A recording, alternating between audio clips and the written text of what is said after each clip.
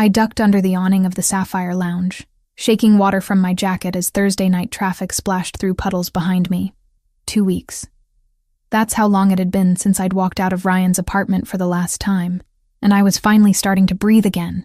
Tonight was supposed to be a quiet celebration. Just me, a decent cocktail, and the knowledge that Monday morning I had an interview with Crawford Design Agency. Real work. The kind I'd dreamed about since graduating 3 years ago, before everything with Ryan had slowly consumed my ambitions, along with my confidence. The bar's interior glowed warm and inviting, all dark wood and amber lighting that made the rain outside seem like it belonged to a different world. Leather booths lined the walls, and a magnificent bar stretched along one side, bottles arranged like a cathedral of alcohol. It wasn't cheap, but I'd earned this. One night of pretending I was the kind of person who belonged in places like this, I claimed a small table near the window, ordered a vodka martini, and pulled out my phone to text Jessica.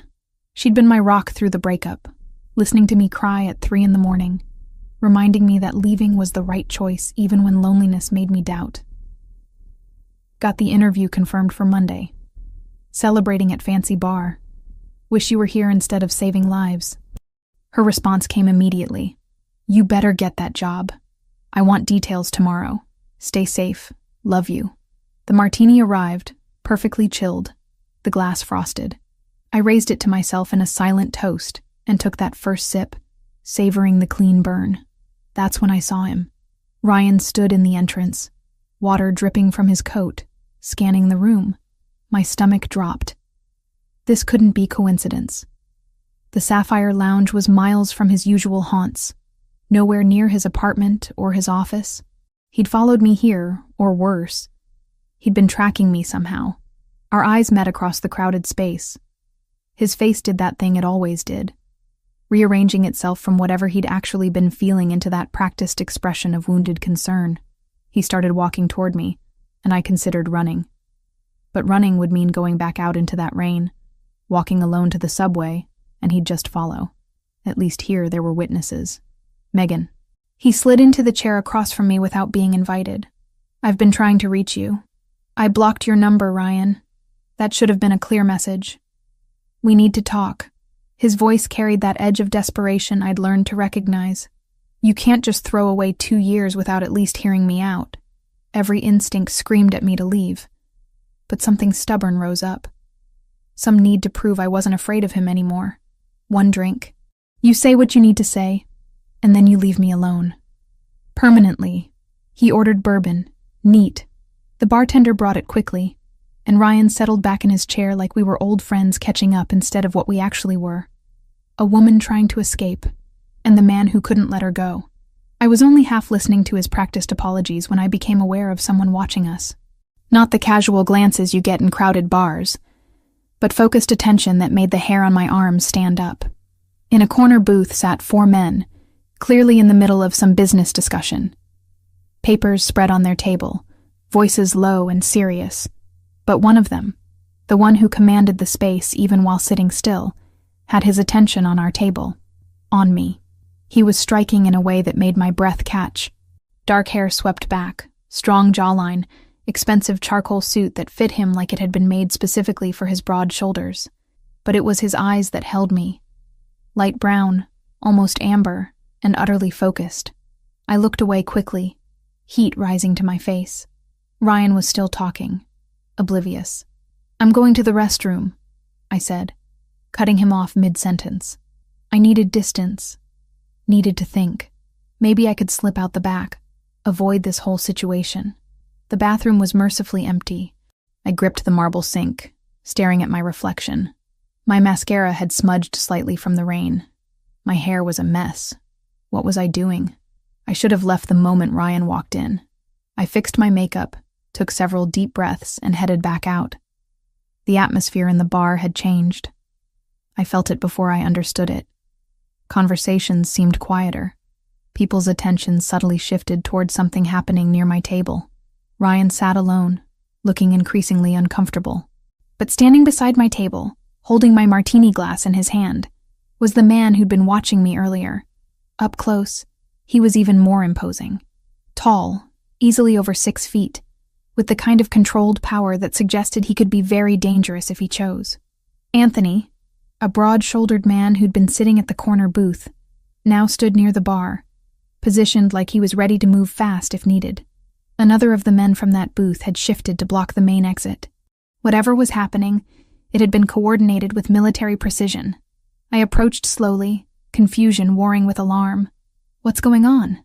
The amber-eyed man turned to me, and something in his expression softened slightly. "You shouldn't drink this."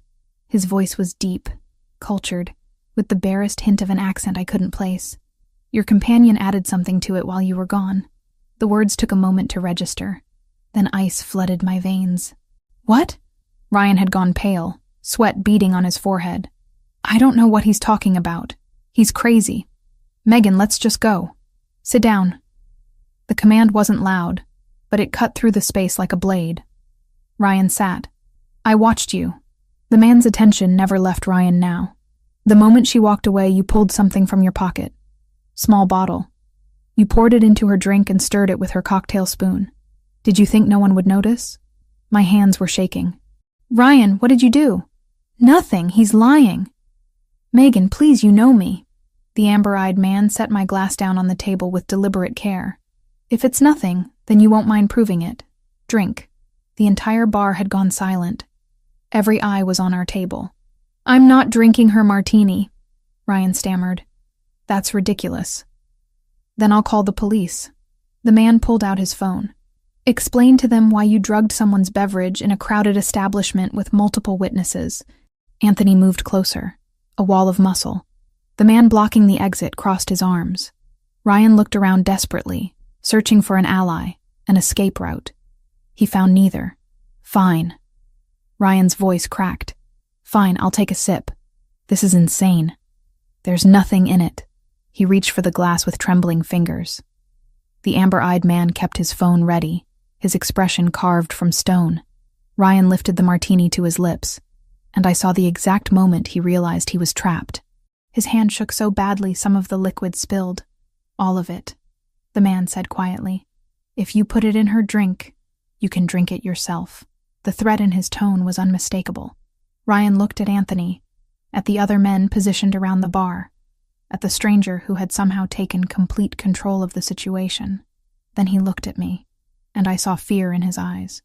"Megan, please." But I said nothing. Some part of me, the part that had endured 2 years of his control, his manipulation, his slow erosion of everything I was, wanted to see this. Needed to see him face consequences for once. Ryan drank. 3 large swallows that drained half the glass. He set it down with shaking hands. "Happy now?" He tried to sound defiant, but his voice wavered. "We'll see." The amber-eyed man pulled out the chair I'd been sitting in and gestured for me to take it. "Sit. Stay away from him." I sat, unable to process what was happening. This stranger had just forced my ex-boyfriend to drink a cocktail Ryan had apparently drugged meant for me. The reality of how close I'd come to danger crashed over me in waves. Within 5 minutes, Ryan started sweating profusely. His pupils dilated. He gripped the table like the room was spinning. "I don't feel good," he mumbled. "What's happening? What did you give her?" The man's voice had gone cold. "What was in that bottle?" Ryan didn't answer. He was too busy fighting whatever was coursing through his system. His head dropped to the table, arms splayed out. The amber-eyed man made a subtle gesture, and Anthony appeared at Ryan's side along with another man. They lifted Ryan between them, supporting his weight as his legs buckled. "Take him. Make sure he gets medical attention. But don't let him leave until we know exactly what he used." Anthony nodded, and they half-carried, half-dragged Ryan toward a back exit I hadn't noticed before. The bar slowly came back to life, conversations resuming, though I caught people staring at me with a mixture of curiosity and pity. The man who had saved me pulled out the chair across from mine and sat down with fluid grace. "Are you all right?" Such a simple question. Was I all right? I'd almost been drugged by my ex-boyfriend. A stranger had intervened in a way that suggested he was very familiar with situations like this. My hands wouldn't stop shaking. "I don't know," I said honestly. "I don't understand what just happened." "Your ex-boyfriend tried to drug you. I stopped him." He said it simply, like it was obvious. I'm Christopher Bellini. He extended his hand.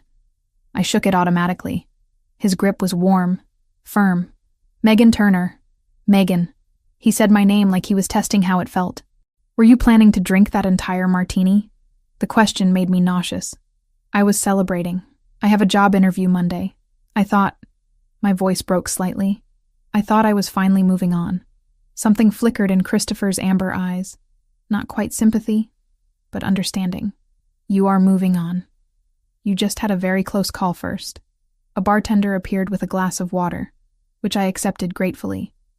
My throat felt tight. My chest constricted. How did you know? How did you see him do it? Christopher leaned back slightly. I notice things. It's how I've survived in my line of work. He paused. I saw you when you first came in. You looked nervous, on edge. Then he arrived, and you looked afraid. I wasn't afraid, I protested weakly. You were. And you tried to hide it, which made me pay closer attention. When you left for the bathroom, I watched him. Old habit. He gestured to the corner booth where his associates still sat, now resumed in their discussion. We were in the middle of business, but something told me to keep an eye on your table. Thank you. The words felt inadequate. I don't know what would have happened if you hadn't been here. Christopher's expression hardened. Yes, you do. That's why you're shaking. He was right. I knew exactly what Ryan had planned. Whatever was in that drug, he'd intended for me to be helpless, vulnerable. The thought made bile rise in my throat. You shouldn't be alone tonight, Christopher said. Do you have somewhere safe to go? I thought of my small apartment, the one Ryan knew the address to. I'll be fine. That wasn't what I asked. His tone was gentle but insistent. You've just been through a trauma. Your ex-boyfriend drugged your drink. He knows where you live, doesn't he? I nodded mutely. Then you're not going back there alone tonight.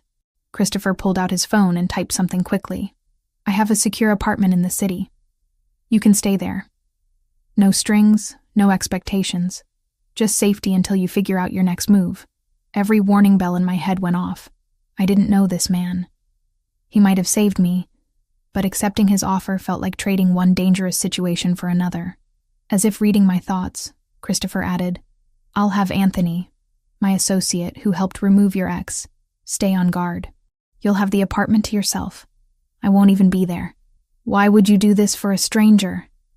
His jaw tightened almost imperceptibly.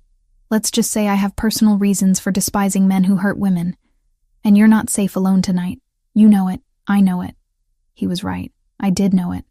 Ryan would come to my apartment. He'd bang on the door, make a scene, maybe force his way in.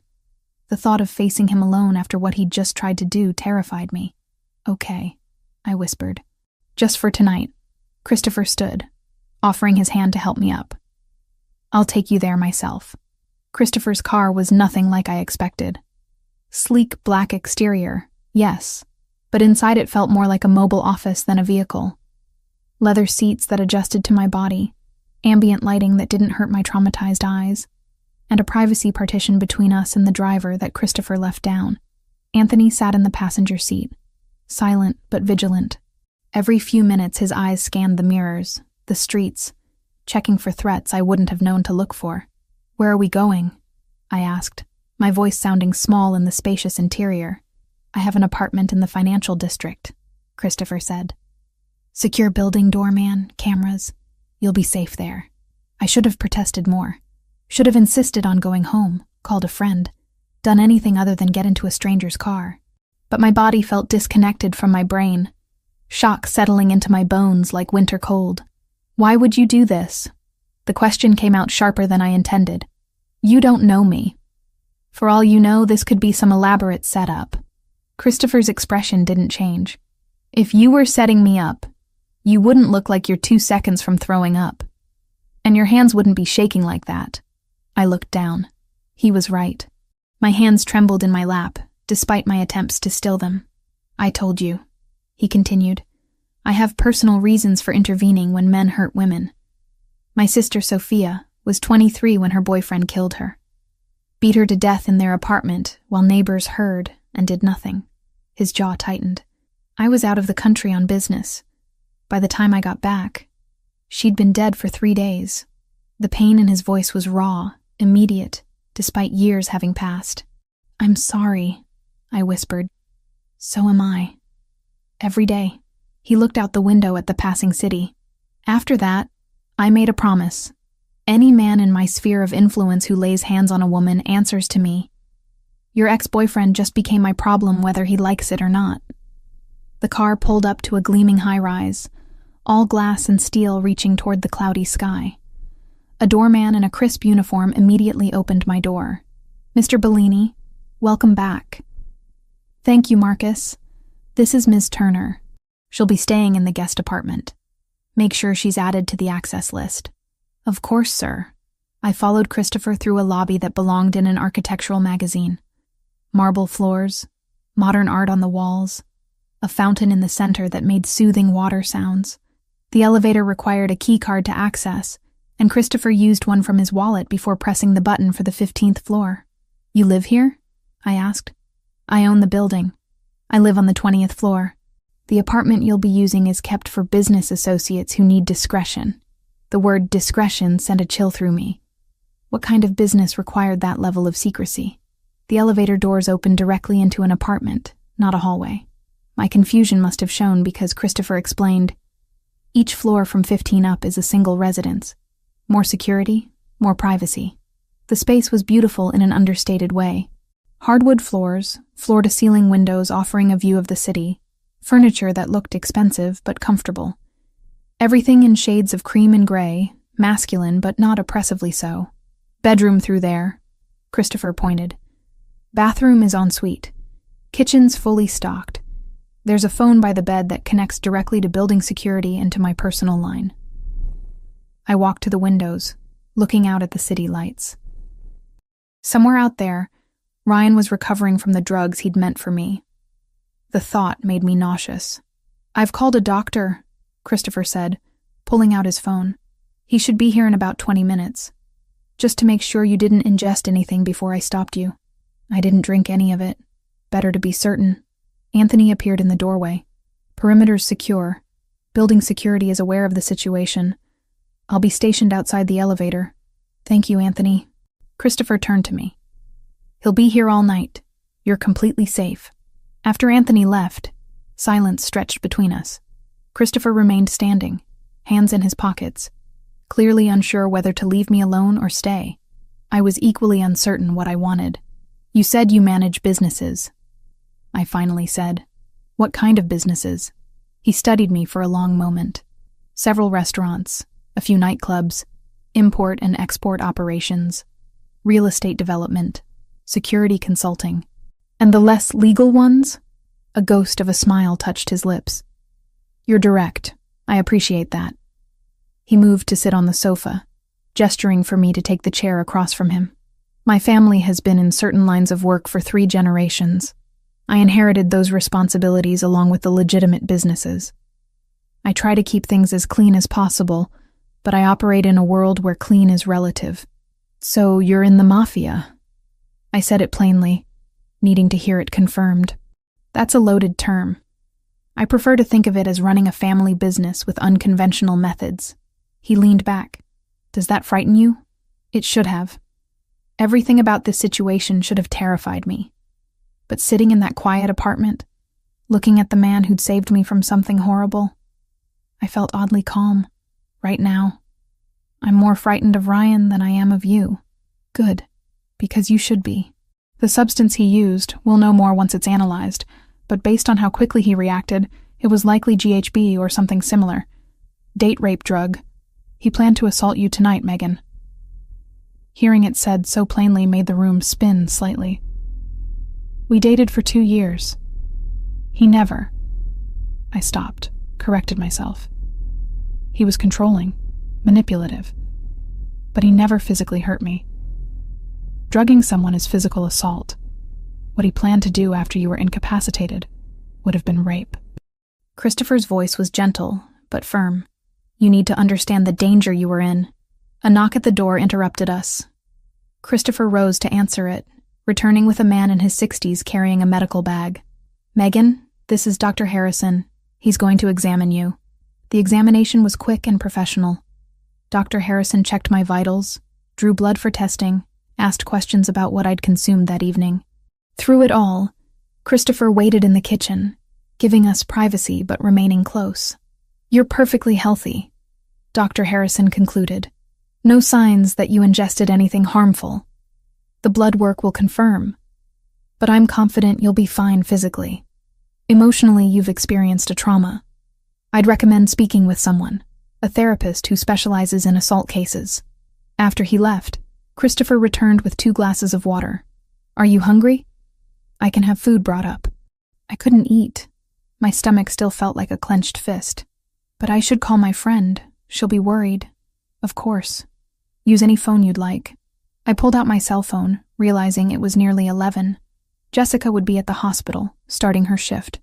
I dialed, and she answered on the first ring. "Megan, where the hell have you been? You said you'd text after your drink and then nothing. I've been calling for hours." "I know, I'm sorry. Something happened." "What kind of something? Are you okay? Do I need to come get you?" I glanced at Christopher, who'd moved to stand by the windows, giving me the illusion of privacy. I ran into Ryan at the bar. That asshole. What did he want? To talk, apparently. But Jess. He put something in my drink. Tried to drug me. The line went silent for several heartbeats. He what? Someone saw him do it. Stopped me from drinking it. Made Ryan drink it instead to prove what he'd done. Ryan ended up passing out and taken to a hospital. "Oh my God, Megan. Where are you now? I'm coming to get you right now. I'll leave work. I don't care. I'm safe. The man who helped me, he has a secure apartment. I'm staying here tonight because Ryan knows where I live." "The man who helped you? What man?" "Megan, you can't just go home with strangers. I know how it sounds, but I trust him. His name is Christopher Bellini. He owns the building. He's been nothing but respectful. And he has security watching the apartment. I'm okay, really." Jessica was quiet for a moment. "Bellini. That name sounds familiar. Let me look him up." I heard her typing in the background. "Oh shit. Megan, this guy is serious. There are like a dozen news articles about him. Business owner, philanthropist, but also rumors about organized crime connections. This is who you're with? He saved my life tonight, Jess. I know, and I'm grateful. But this is complicated. Promise me you'll be careful. And promise you'll meet me for lunch tomorrow so I can see with my own eyes that you're all right. I promise. I'll text you in the morning with details. I love you. Be safe. Love you too." I hung up and found Christopher still standing by the windows, silhouetted against the city lights. "Your friend is worried," he observed. "She looked you up, found the articles about you, and she warned you to be careful." It wasn't a question. "Yes, she's a good friend. You should listen to her advice." He turned to face me. "I am dangerous, Megan. The world I operate in has violence, betrayal, and moral compromises most people never have to think about. You're safe here tonight, but you should maintain a healthy amount of caution." His honesty was disarming. "Thank you for telling me that. I don't lie. Not to people I'm trying to protect." He checked his watch. "It's late. You should rest. I'll be upstairs if you need anything. Anthony will be outside your elevator door all night." "You're leaving?" I felt a flicker of panic at the thought of being alone.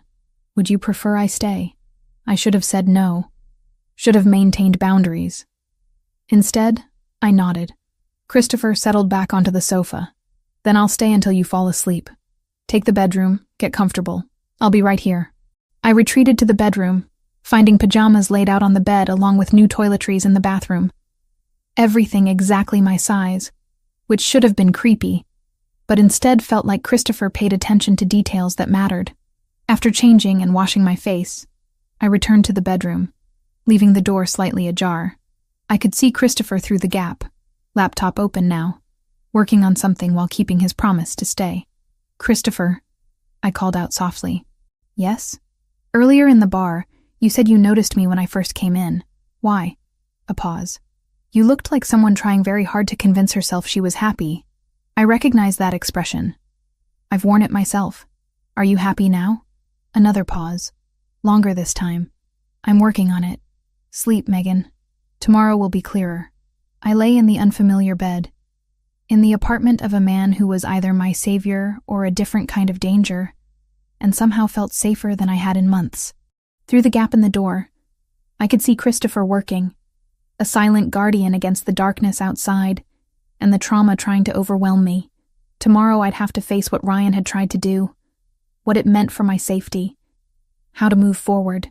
But tonight, I let myself drift into uneasy sleep, protected by a man whose world I didn't understand, but whose intentions, at least for now, seemed pure. Sunday morning arrived with weak sunlight filtering through the floor-to-ceiling windows. I'd been in Christopher's guest apartment for 3 days, and the surreal quality of my situation hadn't diminished. If anything, it had intensified. I stood at those windows with my second cup of coffee, watching the city wake up below. Somewhere down there, Ryan was recovering from the drugs he'd intended for me. Somewhere, my normal life waited to be reclaimed. But I couldn't bring myself to leave this protected bubble just yet.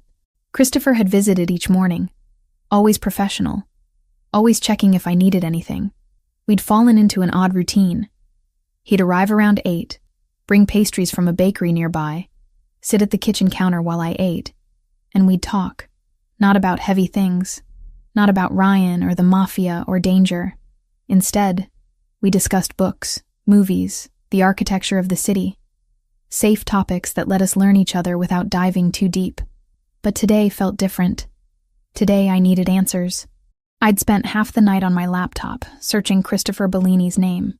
The results were a strange mix of legitimate business profiles and carefully worded news articles that danced around accusations without making any concrete claims. Philanthropist, restaurant owner, real estate developer, alleged ties to organized crime, person of interest in federal investigations that never went anywhere. His face appeared in society pages, always in expensive suits, always with that controlled expression that revealed nothing. The man in those photos seemed like a stranger compared to the one who'd sat on my couch until I fell asleep, who brought me breakfast, who looked at me like I mattered. A knock at the door interrupted my spiraling thoughts. I checked the peephole out of habit, even though no one could reach this floor without clearance. Christopher stood there, 2 coffee cups in hand, instead of the usual pastry bag. "Change of plans," he said when I opened the door. "I thought we could talk today. Really talk." I stepped aside to let him enter. He'd dressed more casually than usual. Dark jeans and a gray sweater that somehow made him look more approachable and more dangerous at the same time. "I've been researching you," I said, deciding on honesty. "Online. There are a lot of articles. I'm sure there are." He set the coffees on the counter. "What did you learn? That you're either a successful businessman with unfortunate connections or a criminal who's very good at hiding it. The articles can't seem to decide." Christopher's expression didn't change. "What do you think?" "I think you're both. I think you inherited a world you didn't choose, and you're trying to navigate it the best way you know how." I wrapped my hands around the coffee cup he'd brought. "But I need you to be honest with me. Completely honest. What exactly do you do?" He studied me for a long moment, then moved to sit on the sofa, gesturing for me to join him. I did, keeping careful distance between us. "My grandfather came to this country with nothing," Christopher began. "He built a network, an organization that helped Italian immigrants survive in a city that didn't want them. Some of what he did was legal. Most wasn't. My father inherited that network and expanded it. When he died 5 years ago, it became mine." "So you run a crime family." "I run multiple businesses, legitimate and otherwise. I employ over 300 people directly, hundreds more indirectly. I protect neighborhoods that the police have abandoned. I provide services that banks won't offer to certain communities." He paused. "I also enforce contracts that can't be taken to court. I move goods across borders without proper documentation. I ensure cooperation through methods that would horrify most civilians." The brutal honesty should have scared me. Instead, I appreciated it. "Why are you telling me this?" "Because you deserve to know who's protecting you. And because the situation with Ryan has become more complicated." My stomach tightened. "How complicated?" "He's been released from the hospital. The substance he used was GHB, confirmed by the lab work, enough to incapacitate you for hours. But his lawyers got him out on bail within 48 hours. Charges reduced to attempted assault. That's impossible. You had witnesses. You had evidence. I had evidence of him drinking a drugged beverage. His lawyers argued that someone else drugged it, that he was a victim too. It's a weak defense, but it bought him freedom while the case moves through the courts. Christopher's jaw tightened. But that's not the real problem. Ryan has connections I didn't initially realize. He's been doing business with the Volkov family. Who are they? Russian organized crime.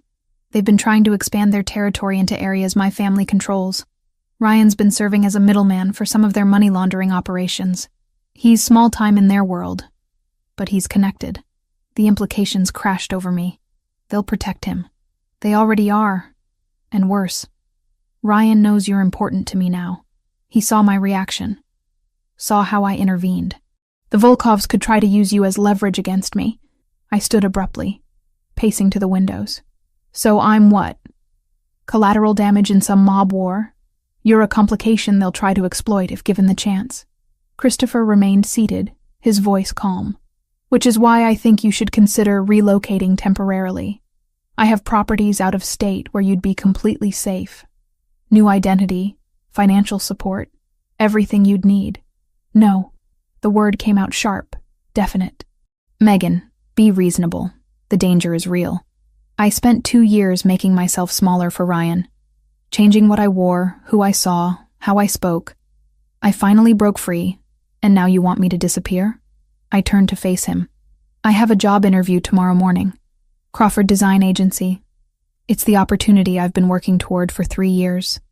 I'm not running away from my life because of Ryan or the Volkovs or anyone else. Christopher stood, crossing the space between us in 3 long strides. That interview won't matter if you're dead. Then find another way to protect me. You're supposed to be this powerful crime boss, right? Figure it out. Something like respect flickered in his amber eyes. You're stubborn. I'm done being controlled. Even with good intentions, it's still control. He nodded slowly, and I watched him think, calculate, assess options with the speed of someone used to making strategic decisions. There might be another way. It's riskier, but it keeps you visible and active. I'm listening. I own a restaurant in Midtown, Bella Notte, high-end Italian cuisine, exclusive clientele. I need someone to manage the front of house, handle reservations, coordinate with VIP guests. He met my eyes directly. The schedule is flexible, evening hours mostly. You could attend your interview tomorrow, take the design work if you get it, and still work for me. The important part is that you'd be publicly associated with me. Everyone who matters would know you're under my protection. The Volkovs are bold, but they're not stupid. Harming someone directly connected to me would be declaring war, and they're not ready for that level of conflict. I processed his offer, looking for the trap. What's the catch? The catch is that you'd be working in my world. My restaurant serves both legitimate business people and criminals. You'd see things, hear things, be exposed to aspects of my life that you can't unknow. He stepped closer. And you'd have to trust me absolutely. My security team would need to know your movements, where you are, who you're with. It's not freedom, Megan. It's a different kind of cage. Just larger and more comfortable. But I'd still have my life, my career, my interview, my choices. Within parameters, yes. I thought about the alternative, hiding somewhere under an assumed name, waiting for men I didn't know to decide my fate. At least Christopher's offer let me fight. Let me live visibly. I want to earn my position, I said firmly. No special treatment because I'm under your protection. If I'm bad at the job, you fire me. If I'm good at it, I get paid what I deserve. A genuine smile touched Christopher's lips. You're negotiating terms with me. Shouldn't I? Most people don't have the courage. He extended his hand. You have a deal. You start Wednesday evening, after your interview. That gives me time to brief the staff and arrange security. I shook his hand, and he held it perhaps a moment longer than necessary, his thumb brushing across my knuckles in a gesture that sent unexpected warmth up my arm. Thank you, I said quietly, for giving me options instead of orders. Thank you for being brave enough to stay and fight instead of running. It makes my job easier if you're not hiding. The moment stretched between us, charged with something neither of us was ready to name. Then my phone buzzed, shattering the tension. A text from Jessica. "I'm coming over. Anthony already cleared me. Be there in 20 minutes. Christopher read my expression. "Your friend?" She's worried.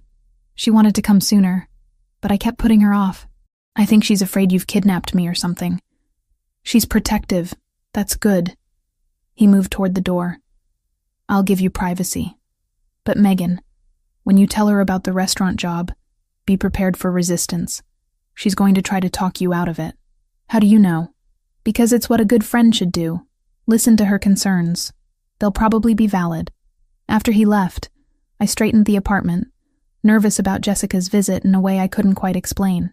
She was going to have opinions, strong ones, and part of me knew she'd be right to worry. She arrived exactly 20 minutes later, bursting through the door the moment I opened it, and pulling me into a fierce hug. "Let me look at you." She held me at arm's length, examining my face like a doctor checking for symptoms. "You look okay." "Tired, but okay." "Are you eating? Sleeping?" "I'm fine, Jess. Really. Fine is what people say when they're not fine." She moved past me into the apartment, and I watched her take it all in. The expensive furniture, the view, the obvious wealth. "This is where you've been staying?" "Megan, this place probably costs more per month than we make in a year. Christopher owns the building." "Right.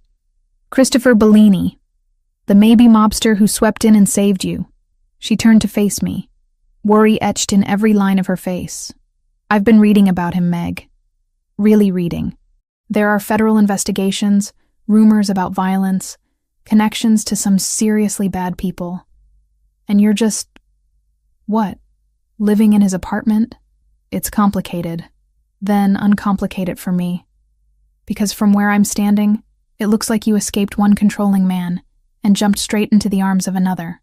The accusation stung, because part of me had worried the same thing. It's not like that with Christopher. He's been nothing but respectful. He's given me options. Let me make my own choices. Has he? Jessica sat on the sofa, patting the space next to her. Or has he just been really good at making you think you have choices while guiding you exactly where he wants you? I sat beside her, trying to organize my thoughts. Ryan tried to drug me, Jess. You know what would have happened if Christopher hadn't stopped him. And now Ryan's out on bail, connected to Russian criminals who might try to use me against Christopher. I can't just go back to my normal life and pretend I'm safe. So what's the plan? You hide here forever? No. Christopher offered me a job at his restaurant. I'd be publicly connected to him, which makes me too risky for his enemies to touch. And the schedule is flexible, so I can still go to my interview tomorrow, still do design work. Jessica was quiet for a long moment. You're going to work for a mob boss. I'm going to work at a restaurant that happens to be owned by someone with complicated business interests. That's the same thing, just with prettier words. She took my hand. I'm not saying don't do it. Honestly, I don't know what the right answer is here, but I need you to go into this with your eyes open.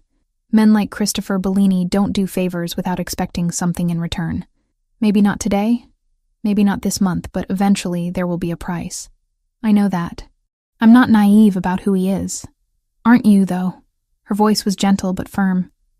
He saved you, Meg. That creates a powerful psychological bond.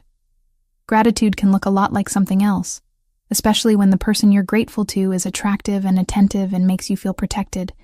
Just promise me you'll be careful. With your safety and with your heart. I wanted to argue, to insist that I knew exactly what I was doing. But Jessica knew me too well, could read the confusion I was trying to hide. I promise I'll be careful, I said instead. We spent the next hour catching up properly.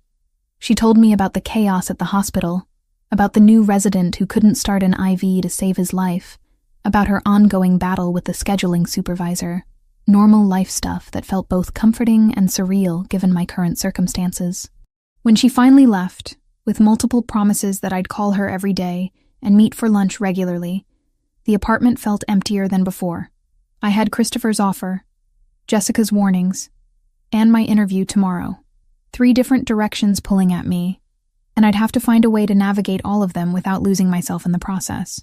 That night, I laid out my interview clothes, reviewed my portfolio one last time, and tried to imagine a future where I could balance design work, restaurant management, and being under the protection of a man who occupied the shadows between legal and criminal. It seemed impossible, but impossible had been leaving Ryan. Impossible had been surviving these past 3 days without falling apart. If I could do those things, maybe I could do this too. 2 weeks into working at Bella Nata, and I'd fallen into a rhythm I never expected. Monday morning, I'd gone to my interview at Crawford Design Agency with my portfolio and a confidence I didn't entirely feel. The creative director, a woman named Patricia Lane, had loved my work. By Wednesday, I had my first freelance project, a branding package for a boutique hotel chain. By Friday, I was juggling design work during the day and managing reservations at Christopher's restaurant in the evenings. It was exhausting. It was exhilarating. It was mine. The restaurant itself was stunning, all exposed brick and soft lighting, with tables arranged for both intimacy and the ability to see who else was dining. The clientele was exactly what Christopher had warned me about, a mixture of legitimate business people, celebrities who valued discretion, and men who carried themselves with the same controlled danger Christopher did. I'd learned to recognize the latter quickly. They moved differently, spoke differently, tipped extravagantly, and never caused scenes. The staff had accepted me with professional courtesy, but I'd noticed the way they watched me when Christopher was around. The way conversations would pause when I entered the kitchen. Marco, the head chef, a man in his 50s with tattoos covering his forearms, had pulled me aside on my third night. "You seem like a good person," he'd said in accented English. "Mr. Bellini, he doesn't bring people into his world lightly. Whatever you are to him, be careful with it. And with yourself." I'd thanked him, unsure what else to say. What was I to Christopher? His employee, certainly. The woman he was protecting, obviously. But there was something else growing between us. Something neither of us had acknowledged, but both of us felt every time we occupied the same space. He came to the restaurant most evenings around 9, always with at least one associate, sometimes more. He'd take his usual table in the back corner, the one with sightlines to all entrances and exits, and conduct business over perfectly prepared meals. But his attention would track me as I moved through the dining room, greeting guests, managing the complex dance of reservations and walk-ins. Tonight was Saturday, our busiest night. Every table was booked, and I'd been on my feet for 5 hours straight. My dress, a simple black sheath that the restaurant provided for front-of-house staff, felt like it was painted on after hours of movement. My face hurt from smiling. Jessica had stopped by earlier during her dinner break from the hospital, sitting at the bar and watching me work with obvious concern. We'd managed a quick conversation between my tasks. "You look tired," she'd said, stirring her wine. "I'm fine. Just busy." "That's your new favorite phrase. I'm fine." She'd studied me. "Are you eating? Sleeping? Taking care of yourself?" "Jessica, I'm 27 years old. I know how to take care of myself." "Do you? Because from where I'm sitting, you're working 2 jobs, living in a building owned by a crime boss and pretending this is all normal." "It is normal. My normal, anyway." She'd left shortly after, with promises that we'd have lunch tomorrow, a proper meal where we could actually talk. I'd agreed, knowing she was right to worry, but unable to articulate why I felt safer in Christopher's orbit than I had anywhere else. Christopher had arrived at his usual time, but alone tonight, which was unusual. He'd caught my eye across the room and nodded toward his table. I'd seated him personally, as I always did, hyper-aware of how close he was as I placed the menu before him. "Busy night," he'd observed. "Every table full. Marco is in his element. And you? How are you managing?" "I'm good. Really good, actually. I finished the first draft of the hotel branding today. The client loved it." Something warm had crossed his features. Pride, maybe. I knew they would. "You're talented, Megan." The compliment had settled around my heart like an embrace. I was returning from seating a party of 6 when it happened. A man at table 12, clearly several drinks past sober, grabbed my wrist as I walked past. "Hey, sweetheart, how about you sit down and have a drink with me? I'd dealt with drunk customers before." The key was to remain professional but firm. "I appreciate the offer, sir, but I'm working." Can I get you anything else? His grip tightened. I wasn't asking. Sir, please let go of my wrist. Make me. The dining room had gone quiet, conversations dying as people registered what was happening. I was about to signal for security when a presence materialized beside me. Christopher, his hand closing over the man's wrist with controlled pressure. She asked you to let go. His voice was soft, deadly. The drunk man looked up, his bravado evaporating as he recognized who was speaking. I didn't mean anything. Just having fun. Remove your hand from her. Now. The man released me so quickly I stumbled slightly. Christopher steadied me with his free hand, while maintaining his grip on the drunk's wrist. Anthony, Christopher said, not raising his voice. But somehow the man appeared instantly at the table. Please escort this gentleman out. He's no longer welcome at Bellinot. Of course, Mr. Bellini. The drunk was removed quickly and quietly, but the damage was done. Everyone in the restaurant had witnessed the interaction, had seen Christopher's reaction, the protective fury that had radiated from him. Are you all right? He asked me, still close, his hand warm on my arm. I'm fine. It was just a drunk customer. It was assault. His jaw was tight. Come with me. It wasn't a request. He guided me through the restaurant, past the kitchen, to a private office I'd never been in before. The moment the door closed behind us, the professional mask he wore for the dining room slipped. Did he hurt you? Christopher examined my wrist, where red marks were already forming. It's nothing. Really. I've dealt with worse. That's not the reassurance you think it is. His thumb traced over the marks gently.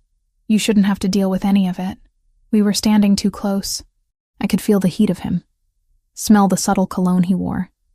See the concern and something darker in his amber eyes. The office suddenly felt too small. The air too charged. Christopher, I started, but didn't know how to finish. I can't stop thinking about you. The confession came out rough, unpolished. I know I shouldn't. I know all the reasons this is a terrible idea. You work for me. You're under my protection. I'm bringing you into a world that could destroy you. But every time I see you, every time you walk past my table, I want things I have no right to want. My heart hammered against my ribs. What things? Instead of answering, he cupped my face in his hands, giving me every opportunity to pull away. I didn't. I closed the distance between us and kissed him. The world narrowed to his mouth on mine, his hands sliding into my hair, my body pressed against his. It was desperate and perfect, and terrifying all at once. He tasted like the wine he'd been drinking, his lips demanding but careful, like he was afraid I might break. When we finally broke apart, both breathing hard, his forehead rested against mine. Tell me you want this, he said. Tell me I'm not taking advantage of the situation. I want this. I want you. The admission felt dangerous and liberating, but I need you to understand something. I just got out of a relationship where I lost myself completely. I can't do that again. I need boundaries, Christopher. I need to know I can walk away if I have to. His expression shifted. Vulnerability I'd never seen before crossing his features. I would never stop you from leaving, but I'm not going to pretend I could watch you go easily. I'm not asking for easy. I'm asking for honest. Then honestly, I want you in ways that probably aren't healthy. I want to protect you, possess you, know everything about you. My world doesn't do casual well, Megan. If we do this, I'll want all of you. I should have been scared. Should have recognized the warning signs, the possessiveness that echoed Ryan's control. But this felt different. Christopher was offering me a choice, laying out the terms clearly, letting me decide. I want all of you too, I whispered. He kissed me again, slower this time, deeper.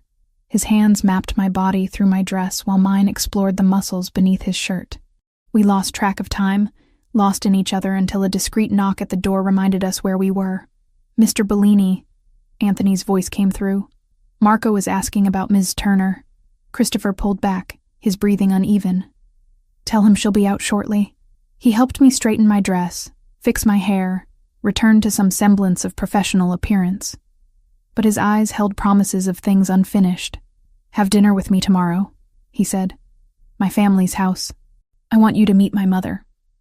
That seems fast. In my world, when you claim someone, you do it publicly. Meeting my mother makes a statement that you're important to me. It offers additional protection. He traced my jawline. But selfishly, I want her to meet you. She'll love you. I agreed, and we returned to our respective roles, him to his table, me to managing the dining room. But everything had changed. The staff noticed, I could tell.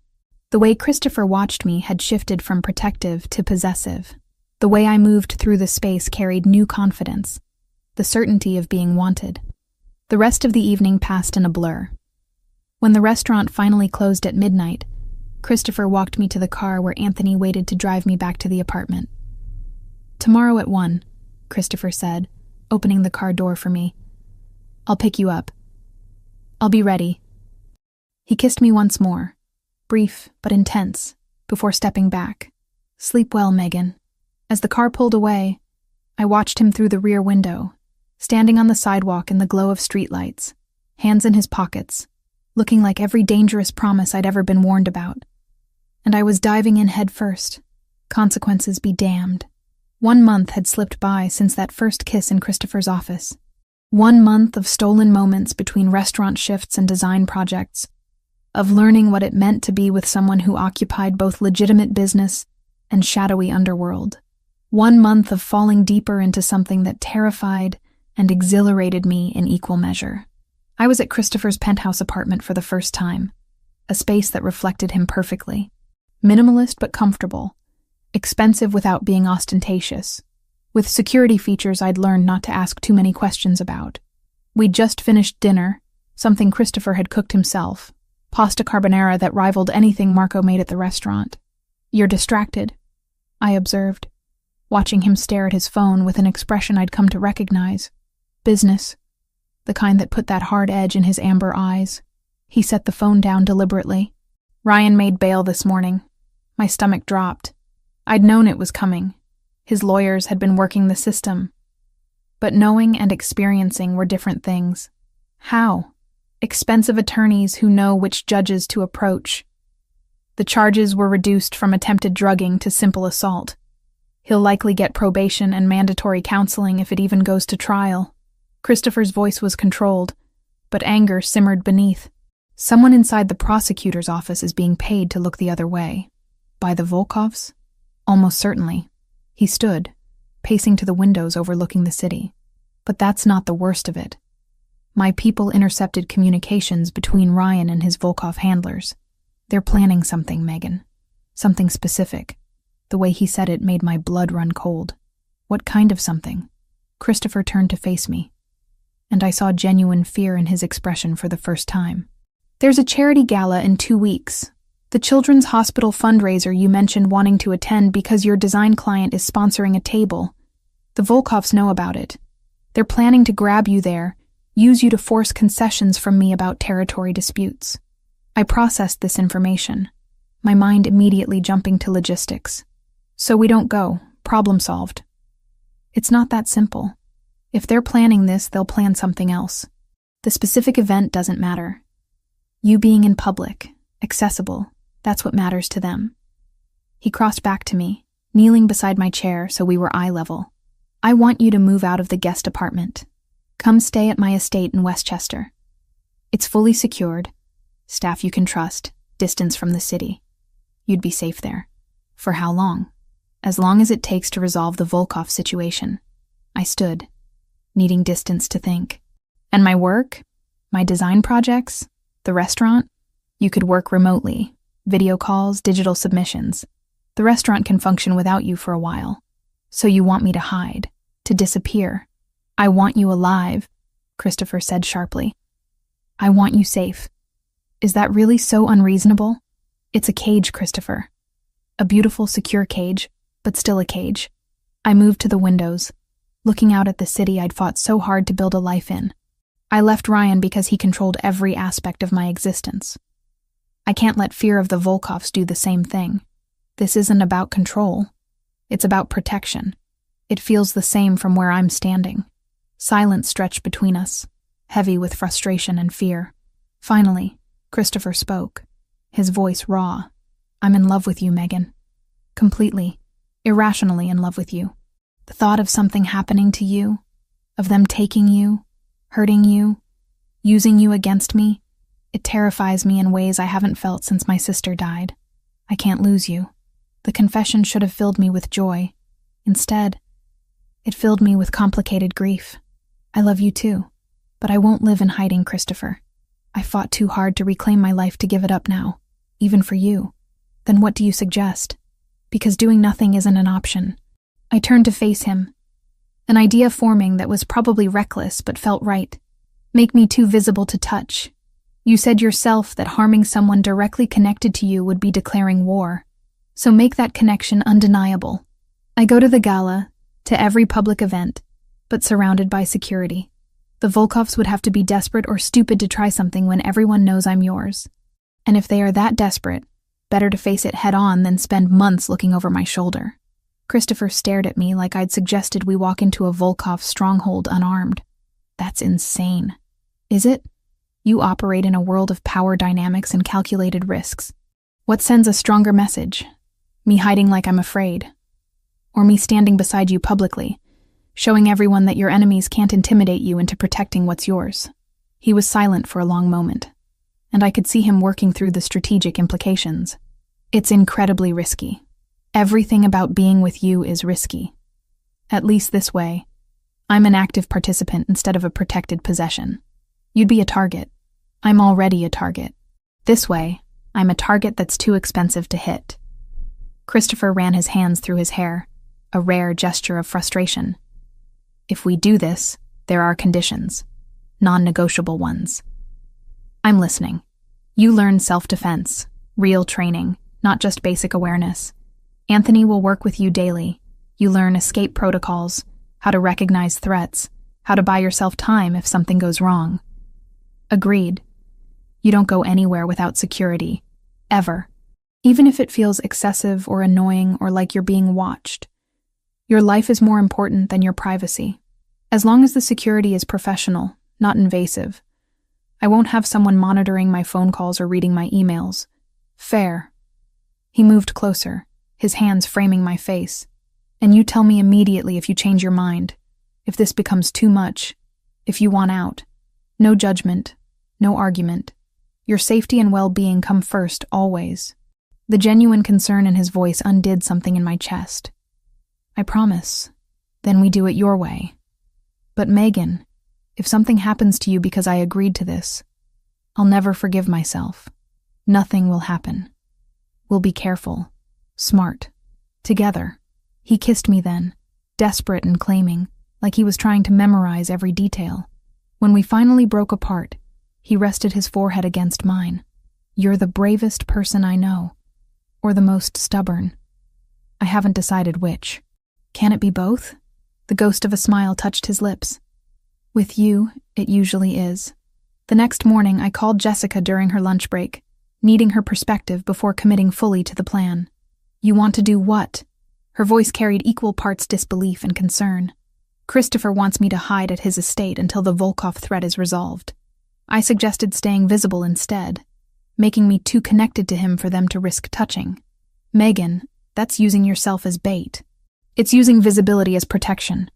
There's a difference." I heard her sigh. "Explain the difference, because from here it sounds like the same dangerous idea with different words. If I hide, they'll always be looking for an opportunity. If I'm visible and obviously protected, any move against me becomes a declaration of war between criminal organizations. The Volkovs aren't ready for that level of conflict, according to Christopher's intelligence. It's actually safer, according to Christopher's intelligence. Do you hear yourself? You're making life and death decisions based on crime, family politics. I'm making decisions about my own life based on the reality of my situation. I'm already in danger, Jess. This just shifts the dynamic in my favor." Another sigh. "I hate that you're probably right. I hate that this has become your normal. But if you're asking for my opinion, I think hiding would drive you crazy. You're not the type to sit passively while others decide your fate. So you think I should do it? I think you should do whatever keeps you alive and preserves the person you've become. Just promise me something." "What?" Promise that if it gets too dangerous, if the situation changes, you'll actually consider running. Don't let pride or stubbornness get you killed. I promise. And Megan? The self-defense training Christopher mentioned? Take it seriously. Learn everything they'll teach you. After we hung up, I felt more settled in my decision. Christopher had already arranged for Anthony to begin training me that afternoon. The sessions were brutal in ways I hadn't anticipated. Anthony wasn't teaching me to fight. He was teaching me to survive. How to recognize when someone was following me. How to position myself in public spaces for maximum visibility and escape routes. How to break various holds and grips. How to use everyday items as weapons. How to spot concealed firearms. How to fall without serious injury. How to scream effectively to draw attention. The goal isn't to win a fight, Anthony explained during our third session. The goal is to create opportunity.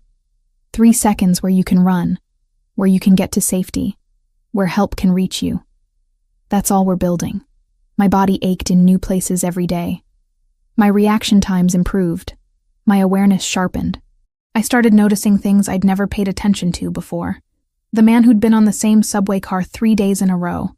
The vehicle that parked across from my building twice in 1 week. The way Christopher's security team positioned themselves to create protective barriers without being obvious about it. 2 weeks of training transformed how I moved through the world. I wasn't naive anymore about the threats surrounding me, but I also wasn't paralyzed by fear. Knowledge, Christopher had told me, was the most powerful protection. Understanding the dangers meant I could navigate them intelligently. The night before the charity gala, Christopher came to the guest apartment where I was still technically living, though I spent most nights at his penthouse now. "Last chance to change your mind," he said, though his tone suggested he already knew my answer. "I'm not changing my mind." "Then tomorrow, we make a statement. You walk into that gala on my arm, and everyone in our world will understand what you mean to me. The protection that comes with that is absolute. But so is the attention. Once we do this, there's no going back to anonymity." I thought about the woman I'd been 2 months ago, sitting in that bar trying to celebrate a job interview, about to be drugged by the man I'd wasted 2 years on. I thought about who I'd become, the strength I'd found, the life I was building despite the danger. I don't want to go back. I want to move forward. With you, whatever that means. Christopher pulled me close, and I felt his heart beating against my chest. "Tomorrow, then. We face it together." The plan crystallized a week before the Children's Hospital fundraiser. I was reviewing design mock-ups at Christopher's penthouse when Anthony arrived with information that made my stomach twist into knots. "We intercepted communications," Anthony said, spreading documents across the dining table. "Ryan's been in contact with Volkov operatives. They're planning something at the charity gala." Christopher stood behind me, his hand resting on my shoulder. I could feel the tension radiating through him. "What kind of something?" "Extraction. They wait until you're away from the main ballroom, grab you, and force negotiations for territorial concessions." Anthony's expression was grim. "They've been surveilling the venue all week. They know the layout, the security protocols, everything."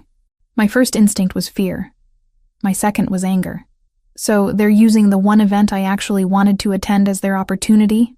"We cancel your appearance," Christopher said immediately. "You stay here, protected." Problem solved. But even as he said it, I knew that wasn't the solution. Canceling would just delay the inevitable. The Volkovs would find another opportunity, another event, another moment when I was vulnerable. Running accomplished nothing, except postponing the confrontation. An idea formed, reckless and terrifying, but somehow right. What if we don't cancel? What if we let them try?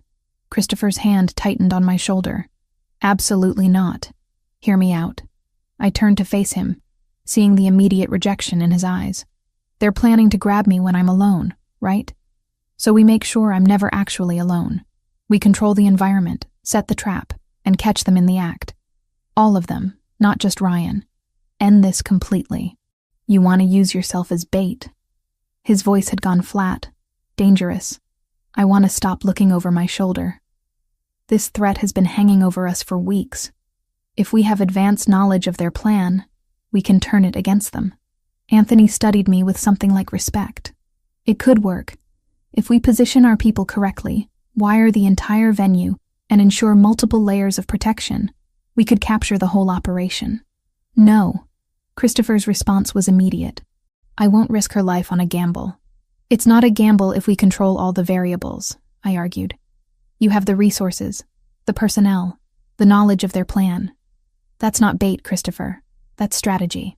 We spent the next 3 hours debating, with Anthony providing tactical input, while Christopher raised every possible objection.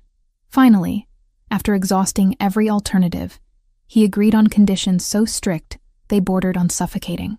Jessica was the hardest person to convince. I met her for lunch the next day at a cafe near the hospital, and the moment I explained the plan, her fork clattered onto her plate. You've lost your mind. She didn't raise her voice, but her tone carried absolute disbelief. You're deliberately putting yourself in danger to catch criminals. Do you hear how insane that sounds? I hear how it sounds. But Jess, this threat isn't going away. They'll keep trying until they succeed or until we stop them. This way, I'm not a victim. I'm actively participating in ending the danger, by letting them almost kidnap you, by creating a controlled situation where they think they're kidnapping me, but they're actually walking into a trap. There's a difference. She was quiet for a long moment, stirring her coffee with mechanical precision. If I say no, if I beg you not to do this, will it change your mind? Probably not. But I need you to understand why. I spent 2 years with Ryan making myself smaller, quieter, less visible. I finally have my life back, my autonomy back. I won't surrender that to fear, even justified fear. I need to face this head on. Jessica reached across the table and squeezed my hand. Then I'm not going to waste time trying to talk you out of it. But I have conditions. You call me before the event. You text me every 30 minutes during.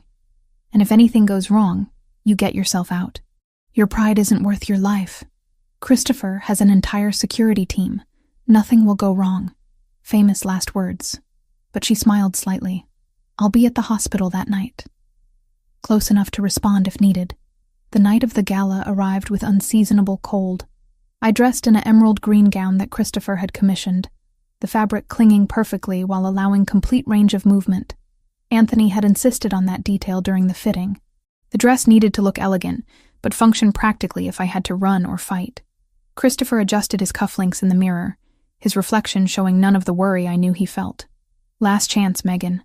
We can still leave, spend the evening anywhere else. We're going. We're ending this. The venue was spectacular, a historic hotel ballroom with soaring ceilings and crystal chandeliers. My design client had sponsored one of the premium tables, and I'd been helping coordinate the visual branding for weeks. Under different circumstances, I would have been thrilled to see my work displayed so prominently. Christopher's security team had arrived hours earlier, positioning themselves throughout the venue as waitstaff, valets, and even guests. Anthony himself was dressed as hotel security, radio concealed beneath his jacket. I wore a small microphone disguised as a pendant, ensuring every word I spoke would be recorded. The first 2 hours passed without incident. I mingled with donors, discussed design concepts with my client, and played the role of Christopher's companion with practiced ease. But tension hummed beneath the surface, every nerve on high alert. Then I saw Ryan. He stood near the bar, wearing a suit that probably cost more than he'd ever spent on clothing in his life. Volkov money, clearly. 2 men flanked him, their postures identifying them as muscle despite their formal attire. They scanned the crowd with professional efficiency, obviously looking for me. Christopher's hand found the small of my back. I see them. Anthony's team has visual. Remember, stay in public spaces, don't give them an opening. Until we want them to have an opening. Megan, I know the plan. Trust me. An hour later, I excused myself from a conversation about hospital fundraising initiatives and headed toward the restroom corridor, exactly as we'd planned. It was a calculated risk, a moment of apparent vulnerability designed to draw Ryan out. The corridor was empty of guests, but populated with Christopher's people in strategic positions. I'd barely reached the hallway when footsteps approached behind me. I didn't need to turn to know who it was. Ryan's cologne, that same woody scent he'd worn throughout our relationship, announced him before he spoke. Megan, we need to talk. I turned slowly, keeping my expression neutral. Ryan looked different. Harder somehow, with an edge of desperation in his eyes that hadn't been there before. His 2 Volkov associates stood at the corridor entrance, blocking any exit back to the ballroom. "We have nothing to talk about, Ryan. Stay away from me. I'm trying to help you." He moved closer, and every instinct screamed at me to retreat. But I held my ground, remembering Anthony's training. "These people you're involved with, the Bellinis, they're dangerous. I can get you out, protect you. The Volkovs will provide security, a new identity, everything you need." "You mean the Volkovs want to use me as leverage against Christopher?" "I'm not an idiot, Ryan." His expression shifted, the false concern dropping away to reveal cold calculation. "This would be easier if you cooperated. The Volkovs are offering Bellini a deal. Territory concessions in exchange for you, unharmed. But if you don't come willingly, things get complicated. I'm not going anywhere with you." Ryan's hand shot out, grabbing my wrist with bruising force. That wasn't a request. The self-defense training kicked in automatically. I twisted my wrist using the technique Anthony had drilled into me hundreds of times, breaking Ryan's grip and creating distance in one fluid motion. "Don't touch me." One of the Volkov associates moved forward, but I'd already positioned myself with my back to the wall, maximizing visibility while minimizing attack angles. "Exactly as trained. You really think you can fight us?" Ryan's voice carried genuine confusion. "There are 3 of us, Megan. Be smart." "I am being smart. I'm being recorded. Every word you've said about kidnapping me, about the Volkov deal, about forcing me to cooperate, it's all being captured." I touched the pendant at my throat. "So, you can try to grab me, but you'll be doing it on camera with witnesses positioned throughout this corridor." Ryan's face went pale as he processed my words. He looked at his Volkov companions, seeing their similar realization. They'd walked directly into a trap. "You're bluffing." "Am I?" "Look around, Ryan." "Really, look. The waitress at the service station, the maintenance worker at the end of the hall, the security guard who just passed. How many of them do you think work for Christopher?" The Volkov associates were already backing toward the ballroom entrance, recognizing the tactical error. But Anthony and 4 other men blocked their escape, appearing from positions that had seemed empty seconds before. "You should have left me alone," I said to Ryan. "You should have accepted that we were over, that I'd moved on. Instead, you tried to drug me, stalked me, and conspired to kidnap me. There are consequences for those choices." Ryan lunged at me, a last desperate attempt to grab his bargaining chip. But I was ready. I sidestepped, using his momentum to send him stumbling past me. Before he could recover, Anthony had him face down on the marble floor, wrists secured with zip ties. The 2 Volkov associates surrendered without fight, recognizing they were outmaneuvered. Christopher appeared at my side, his eyes scanning me for injuries. "Are you hurt?" "I'm fine. It worked exactly like we planned. You were magnificent." He pulled me close, and I felt him shaking slightly. Terrifying and magnificent. Additional security escorted Ryan and the Volkov men out through a service entrance. Later, Christopher would tell me that 6 more Volkov operatives positioned around the venue's exterior had also been captured simultaneously. The entire operation had been neutralized in under 5 minutes. The gala continued, most guests unaware of what had transpired in the corridor. I returned to the ballroom on Christopher's arm, and we finished the evening as planned. But everything had changed. The threat that had loomed over us for weeks was finally, definitively over. The aftermath of the gala unfolded in ways I hadn't anticipated. Christopher's team transported Ryan and the captured Volkov operatives to what he called a secure facility, which I understood to mean somewhere I shouldn't ask too many questions about. The recordings from that night, my pendant microphone, and the security cameras positioned throughout the corridor provided undeniable evidence of conspiracy to kidnap, extortion, and a dozen other charges that would keep Ryan in prison for years. I should have felt relief. The threat was neutralized, Ryan was in custody, and I could finally breathe without constantly checking over my shoulder. Instead, I felt unsettled, like the other shoe hadn't dropped yet. It took 3 days for that shoe to fall. Christopher arrived at the penthouse late Wednesday evening, his expression darker than I'd seen since the night we met. Anthony accompanied him, along with 2 other men whose faces I recognized from Christopher's inner circle but whose names I'd never learned. "We need to talk," Christopher said, loosening his tie with movements that betrayed his tension. "The Volkovs have made contact." My stomach tightened. What kind of contact? Their regional leader, Dmitry Volkov, has requested a meeting. He wants to negotiate the release of his men and discuss terms for avoiding escalation. Escalation meaning what? War. Open conflict between our organizations. Christopher poured himself a drink, something he rarely did at home. Dmitry is threatening retaliation if we don't release his operatives and agree to territorial concessions. I processed this, anger building alongside fear. So he's demanding you give up what's yours because his people got caught trying to kidnap me? That's the essence of it, yes. And you're considering it? Christopher's expression hardened. I'm considering meeting with him to end this permanently.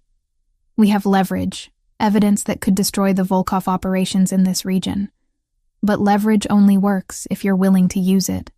Anthony spoke up, his voice measured. Dmitry has agreed to neutral territory, mediated by respected third parties. It's as safe as these meetings get. When? I asked. Tomorrow night. An empty warehouse in Red Hook. Mediators from the Greco family supervising.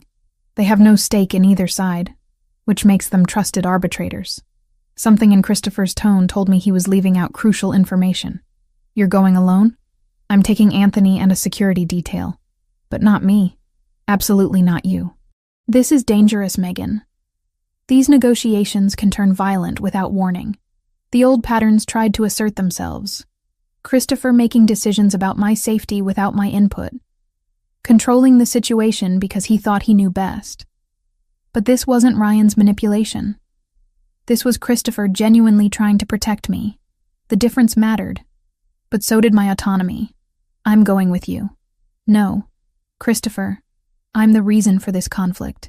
My presence at that meeting sends a message that I'm not a pawn to be negotiated over, that I'm strong enough to face the people who tried to hurt me. Your presence also makes you a target. If things go wrong, if Dmitry decides to grab you during the meeting itself, we'd be walking you directly into danger. Then make sure things don't go wrong. I moved to stand in front of him, forcing him to look at me directly. You've spent weeks teaching me to be strong, to defend myself, to face threats head-on. Don't undermine that by hiding me away when it actually matters. Anthony cleared his throat diplomatically. She has a point. Dmitry expects you to leave her behind, protected and hidden. Bringing her shows confidence, shows he didn't intimidate you into changing your behavior. Christopher looked between us, clearly torn. If I agree to this, you follow every security protocol without question. You stay within arm's reach of me or Anthony at all times. And if I tell you to leave, you leave immediately. No arguments, no hesitation. Agreed. He pulled me close, his arms tight around me. If anything happens to you because I allowed this, I'll never forgive myself. Nothing will happen. We're walking in with all the power. That night, I called Jessica to explain the situation. Her reaction was predictably negative. You're going to confront Russian mobsters in a warehouse? Her voice pitched higher with each word. Megan, this is insane. Let Christopher handle it. I can't sit home wondering what's happening while my life is being negotiated. I need to be there, Jess. I need to see this through. She was quiet for a long moment. Then I'm your emergency contact. You keep your phone on, I track your location, and if I don't hear from you by midnight, I'm calling every authority I can think of. Deal. But you're not coming anywhere near Red Hook. Promise me. I promise. But you promise me you'll come home safe. I will. I have Christopher and an entire security team. Nothing's going to happen. The warehouse Dmitry had chosen for our meeting was exactly what I expected from crime movies. All exposed brick and rusted metal, lit by harsh industrial lights that cast dramatic shadows. 2 black SUVs were already parked outside when we arrived, along with a single sedan that Anthony identified as belonging to the Greco family mediators. Christopher's hand found mine as we exited our vehicle. Last chance to change your mind. Not changing my mind. I wasn't here because I craved danger, or because I didn't understand what this meeting could cost us. We'd gone over every contingency, built layers of protection, rehearsed until my responses felt like muscle memory. Hiding had nearly broken me once. Walking into this warehouse on my own terms felt less like recklessness and more like the only way forward. The interior of the warehouse was surprisingly organized. A single table sat in the center of the vast, empty space, chairs arranged on either side. 2 older men in expensive suits stood near the table, the Greco-mediators, their expressions professionally neutral. And on the far side sat Dmitry Volkov. He was younger than I expected, perhaps 40, with the kind of cold handsomeness that probably made him dangerously attractive to people who didn't know what he was. His eyes, pale blue and calculating, tracked our approach with predatory focus. "Christopher Bellini," Dmitry said, his English carrying a thick Russian accent. "Thank you for coming, and you brought your woman. How touching." The dismissiveness in his tone set my teeth on edge, but Christopher's hand squeezed mine gently, a reminder to stay calm. "Dmitry, let's dispense with pleasantries. You requested this meeting. State your terms." We sat, Christopher and I on one side with Anthony standing behind us, Dmitry flanked by 2 men who radiated barely contained violence. "My terms are simple," Dmitry began. "You release my men, drop all charges, and we pretend this unfortunate incident never happened. In exchange, I won't retaliate for the assault on my operatives. Those are demands, not terms. And they're rejected." Dmitry's expression darkened. "You're in no position to reject anything. I have resources you can't imagine, connections that extend far beyond this city. Starting a war with the Volkov family would be, how do you say, career suicide. Your resources didn't prevent your operation from failing spectacularly." Christopher's voice remained calm, controlled. "Your men walked into a trap, attempted kidnapping in front of witnesses, and are currently facing federal charges.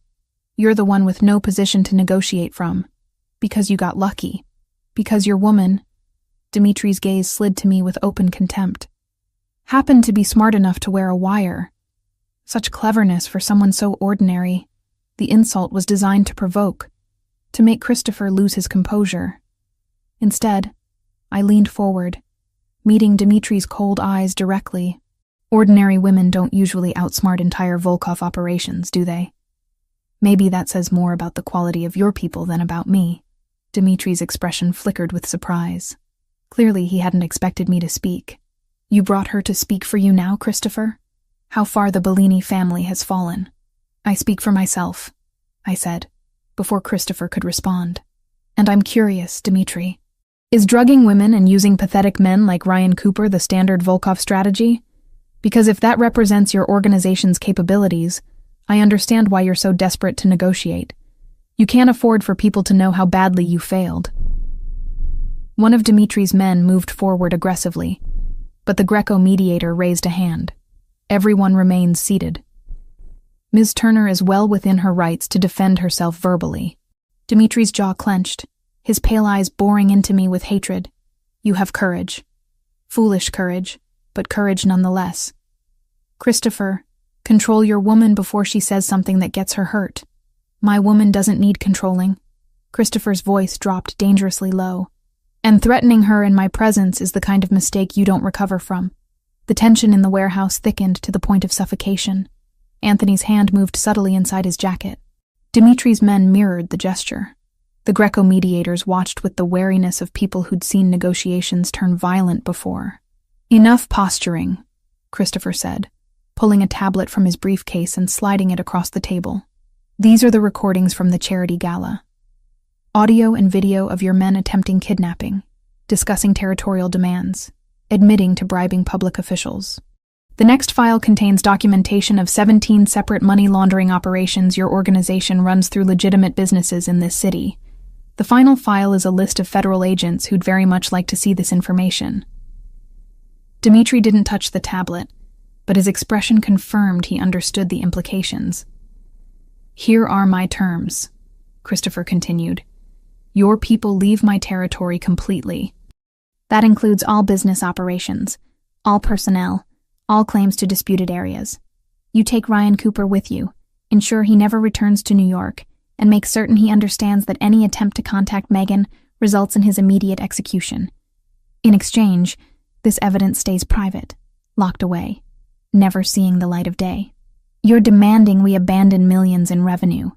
I'm offering you the opportunity to avoid federal prison and rival families smelling your weakness. This evidence doesn't just interest American authorities, Dmitry. How do you think your superiors in Moscow would react to learning their American operations are compromised? How long before the Bratva decides you're a liability? The threat was clear.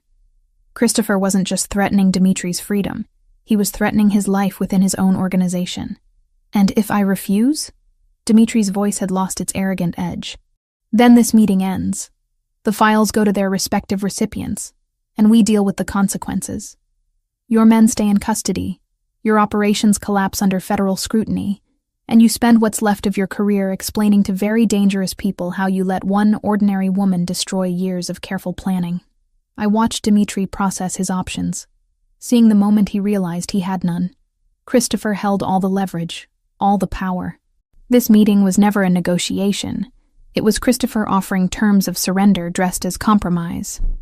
There will be a treaty, one of the Greco mediators said, producing documents. Signed by both parties, witnessed by neutral arbitrators. It ensures the terms are honored, and violations result in collective action from other families. This is binding, Dmitry. Dmitry looked at the papers, at Christopher, at me. Hatred burned in his pale eyes, but underneath it was something more practical. Survival instinct. Fine. We accept your terms. He signed the papers with aggressive strokes. But understand this, Bellini. Today you won. But circumstances change. Power shifts. Don't be surprised if our paths cross again under different conditions. If they do, I'll be ready, just as I was this time. The meeting concluded with formal efficiency. Documents signed, copies distributed, everyone aware that a line had been drawn. As we left the warehouse, I felt Christopher's entire body relax slightly, tension releasing after hours of controlled restraint. You were incredible in there, he said, once we were safely in the car. The way you stood up to Dmitry, refused to be intimidated. I learned from watching you. Besides, he needed to understand I'm not weak just because I'm not violent. In that moment, watching him hold the line for both his territory and my safety, I understood this had never been just about business for him. It was about a promise he'd made to a sister the world hadn't protected in time, and about making sure no one else in his orbit ever paid that price again. Anthony glanced at us through the rearview mirror. The Volkovs will honor the treaty. They can't afford not to with the Grecos as witnesses. It's over. Truly over. Later, I learned that Christopher's legal team had quietly funneled just enough of the evidence to a federal contact to keep the Volkovs under a microscope without exposing the full extent of his leverage. The rest stayed locked away as insurance, a weapon he hoped he'd never have to use. I pulled out my phone and texted Jessica. Safe, coming home. All good. Her response was immediate. Thank God. Wine tomorrow. You're buying. Christopher pulled me close, pressing a kiss to my temple. No more warehouses. No more negotiations with criminals. I want boring from now on. Boring sounds perfect. 3 months had passed since the warehouse meeting with Dmitry Volkov, and life had settled into a rhythm I never could have anticipated when I first walked into that rainy bar months ago. I was standing in the kitchen of Christopher's penthouse, our penthouse now, watching the city wake up through floor-to-ceiling windows, while coffee brewed behind me. The space no longer felt like Christopher's territory that I was occupying. My design books filled the shelves alongside his business texts. My ridiculous collection of coffee mugs cluttered the cabinet next to his expensive espresso cups. My art supplies had taken over the spare bedroom he'd converted into a studio for me. We'd merged our lives in ways that felt natural rather than forced. Partnership instead of possession. Sometimes, when I caught him watching me across a crowded room or from the doorway of my studio, there was a flicker of something old in his eyes. A shadow that didn't belong to us. I knew it was the memory of the sister he'd lost long before I ever walked into that bar, and I understood that loving me was, in its own quiet way, part of how he kept his promise to her now. My phone buzzed with a text from Patricia at Crawford Design Agency. Client loved the final mock-ups.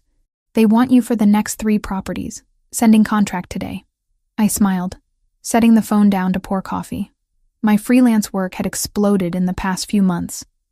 partially thanks to connections Christopher had facilitated but maintained entirely through my own skill.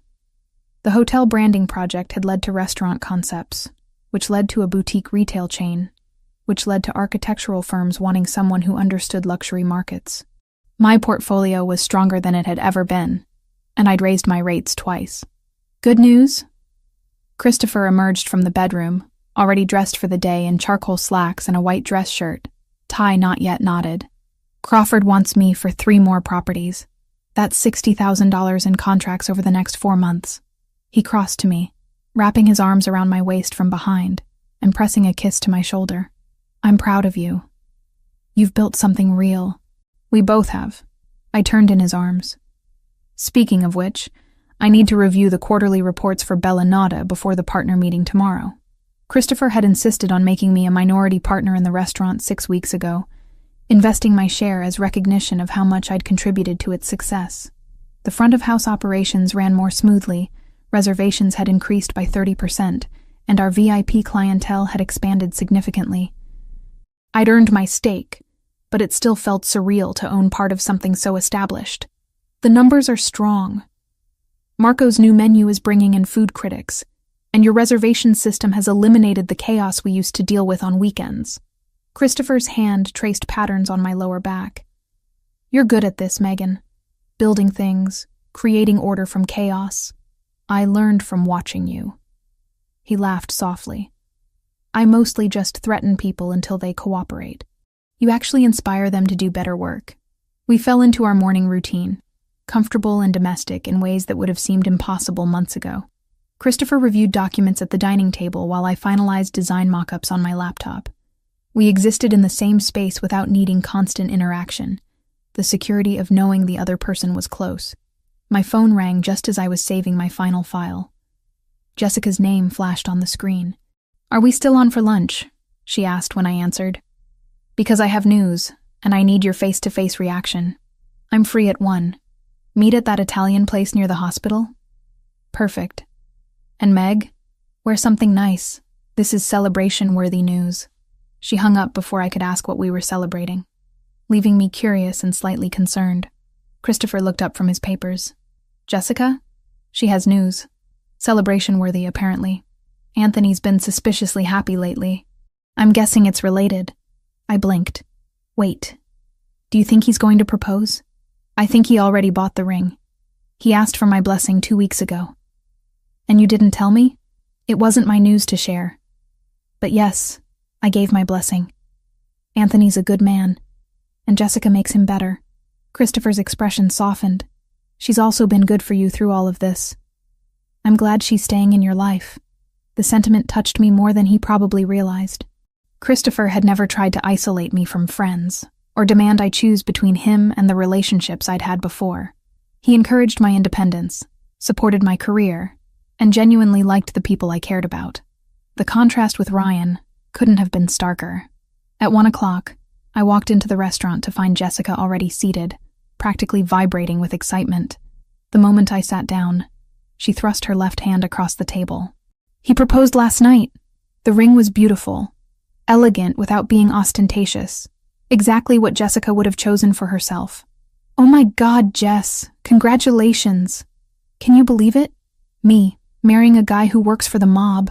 My mother is going to have a stroke, but she was beaming, happier than I'd seen her in years. He was so nervous, Meg. This man who faces down criminals without flinching was shaking when he got down on one knee. How did he propose? We were at his apartment. Nothing fancy, just having dinner. And he said he'd been thinking about how short life is, how unpredictable everything can be, and how he didn't want to waste any more time not being married to me. She wiped at her eyes. It was perfect. No big production, no pressure, just honest and real. We spent lunch planning, Jessica talking through wedding ideas while I took mental notes about designs she responded to. By the time we finished, I'd committed to designing all her wedding stationery, her one request being that I make it personal, rather than traditionally formal. So when's Christopher going to propose? Jessica asked as we were leaving. You two are basically married already. You live together, work together, navigate criminal politics together. I don't know if marriage is something he wants. His world is complicated enough without adding legal connections that could be used against him. That man is completely in love with you. Trust me. He's thinking about it. I wanted to believe her, but I also knew the realities of Christopher's life. Marriage meant legal vulnerabilities, paper trails that enemies could exploit. It meant making me an even bigger target than I already was. Part of me had accepted that what we had might be the extent of what was possible. That evening, Christopher came home earlier than usual, finding me in my studio working on Jessica's wedding invitation concepts. "Get dressed," he said from the doorway.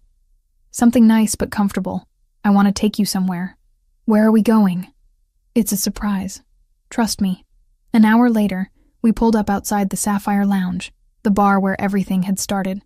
I hadn't been back since that rainy night when Ryan had tried to drug me, when Christopher had forced him to drink his own poison, when my entire life had changed course. "Why are we here?" I asked as Christopher opened my car door. "You'll see." The bar looked different, updated. The exterior had been repainted, new lighting installed. The overall aesthetic elevated while maintaining the character that had made it distinctive. Christopher produced a key, unlocking the front door and gesturing for me to enter. Inside, the changes were even more apparent. New furniture, refinished floors, updated lighting that made the space feel both modern and timeless. But the layout remained the same. That corner booth where Christopher had been conducting business still positioned with sightlines to all entrances. "It's beautiful," I said, running my hand along the polished bar. "When did they renovate?" "About 6 weeks ago. After I bought it." I turned to stare at him. "You bought the Sapphire Lounge?" "The previous owner wanted to retire. I made him an offer he couldn't refuse." Christopher moved closer, his expression unreadable. "I wanted the place where I met you, where I realized my life was about to change, to be ours. A reminder of where we started." "Christopher, this is too much. You didn't have to buy an entire bar just because of sentimental value. It's not just sentiment. It's investment, legacy." He took my hands in his. "Megan, 3 months ago we were preparing to confront the Volkovs, both of us uncertain whether we'd survive. Before that, we were navigating how to be together despite all the complications. And before that, we were strangers in a crowded bar, drawn together by circumstances that should have been traumatic, but became transformative." My heart started racing, recognizing the weight in his voice. "You've changed everything about my life. The way I think about protection, about power, about what actually matters. You've made me want things I'd given up on, futures I thought weren't possible for someone like me." He reached into his jacket pocket, and when his hand emerged, it held a small velvet box. "Marry me, Megan. Not because I want to possess you or control you, but because I want to build a life with you as my equal partner. In business, in this complicated world we navigate, in everything." He opened the box, revealing a ring that took my breath away. Not ostentatiously large, but perfectly cut, elegant and strong. Exactly what I would have chosen for myself if I'd had the courage to imagine this moment. I know my world is dangerous. I know being married to me means accepting risks that most people never have to consider. But I also know that you're the bravest person I've ever met, and I want to spend the rest of my life worthy of that bravery. Tears blurred my vision. "You're asking me to marry you in the bar where you saved me from my abusive ex by making him drink his own roofied cocktail. That's possibly the least romantic proposal location imaginable. Or the most honest. This is where we began, where you were at your most vulnerable, and I was at my most protective, where we both made choices that led us here." He took the ring from the box, holding it ready. "I'm not offering you a fairy tale, Megan. I'm offering you reality. Partnership with someone who will fight for you, protect you, but also respect your autonomy and celebrate your strength. So, what do you say? Will you marry me?" I thought about the woman I'd been that rainy night, trying to celebrate a job interview while my ex-boyfriend plotted to assault me. I thought about how Christopher had intervened without being asked, had offered protection without demanding submission, had seen strength in me when I'd forgotten it existed. I thought about the life we'd built together, the career I'd developed, the independence I'd maintained even while falling deeply in love with a man whose world operated by rules most people never encountered. I thought about Jessica marrying Anthony, about building families from unconventional circumstances. "Yes," I said, my voice steady despite the tears. "I'll marry you." Christopher slipped the ring onto my finger, and it fit perfectly, like everything about us that shouldn't have worked but somehow did. He pulled me close, kissing me with the intensity of someone who'd been holding back and finally had permission to stop. When we finally broke apart, both breathing hard, I laughed through my tears. "Jessica's going to lose her mind. She asked me this afternoon when you were going to propose, and I told her it probably wouldn't happen. Anthony told her to ask you that. We coordinated this proposal down to the hour." Christopher traced my jawline with his thumb. "Your friend is remarkably good at keeping secrets when properly motivated. You planned this with my best friend. I wanted to make sure someone you trusted thought it was a good idea." Jessica interrogated me for 2 hours about my intentions, my finances, my criminal activities, and my ability to make you happy long term. It was more thorough than some federal investigations I've been subjected to. The image of Jessica grilling Christopher about his worthiness as a husband made me laugh outright. "What did you tell her?" "The truth, that I'm completely in love with you, that I'll protect you with everything I have, and that I'll spend the rest of my life trying to deserve you." His expression turned serious. "And that if I ever hurt you or make you feel controlled the way Ryan did, she has my permission to kill me herself. She'd probably enjoy that too much." We stood in the empty bar for a long time, holding each other in the space where our story had begun. Outside, the city continued its perpetual motion. People living their ordinary lives unaware of the complicated, dangerous, beautiful world Christopher and I inhabited. I thought about trajectory, about how one terrible night had led to this moment, how Ryan's attempt to hurt me had instead delivered me to someone who saw strength where Ryan had seen weakness, how running from control had led me to partnership, how fear had transformed into courage. This wasn't the life I'd imagined when I moved to New York with dreams of becoming a designer. It was better, stranger, more real. I'd become someone I actually liked, someone strong and capable and unafraid. I'd built a career, earned respect, learned to navigate a world most people only saw in movies. And I'd found Christopher, a man whose darkness complemented my light, whose protection enhanced rather than diminished my autonomy, whose love made me braver instead of smaller. "What are you thinking?" Christopher asked, his arms still wrapped around me. "I'm thinking about that woman who walked into this bar months ago, trying so hard to celebrate an interview while her ex stalked her. If I could go back and tell her what her life would become, she wouldn't believe it. Would she be happy about it? She'd be terrified, but she'd also be hopeful, maybe for the first time in years." I looked up at him. "Thank you for seeing me that night, for noticing I needed help before I even knew how much danger I was in. Thank you for being brave enough to trust me despite every reasonable instinct telling you not to." He kissed my forehead. "We should call Jessica, tell her the good news before Anthony does. Can we have a few more minutes here first? Just us in this space, before we share it with everyone else? We can have as long as you want." So we stayed, wrapped around each other in the bar where we'd met, where our complicated, beautiful story had begun. Tomorrow we'd start planning a wedding, navigating the logistics of marrying into a crime family, managing the reactions of people who wouldn't understand. But tonight, we just existed in this moment. Two people who'd found each other against improbable odds and decided to build something permanent from it. My phone buzzed in my purse. A text from Jessica. "Well?"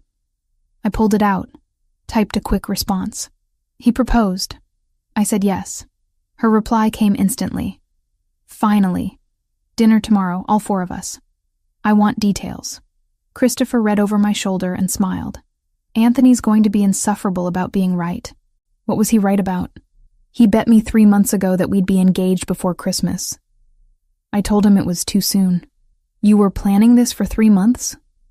"I was planning this from the moment you walked into that warehouse to confront Dmitry Volkov despite every tactical reason not to. I knew then that you were it for me." His amber eyes held mine. "You're my partner, Megan. In every sense of the word. I want to make that official." Standing in that bar, wearing his ring, wrapped in his arms, I felt the final pieces of my new life click into place. This was home. Not the luxury penthouse or the successful restaurant, or even the thriving design career. This, us, the partnership we'd built from chaos and danger and unexpected connection. I'd escaped one man who tried to control me and found another who celebrated my strength. I'd left behind a life that made me small and built one that made me powerful. And somehow, in the middle of navigating organized crime and territorial disputes and all the darkness that came with Christopher's world, I'd found the truest version of myself. Not bad for a woman who just wanted to celebrate a job interview in peace. The end.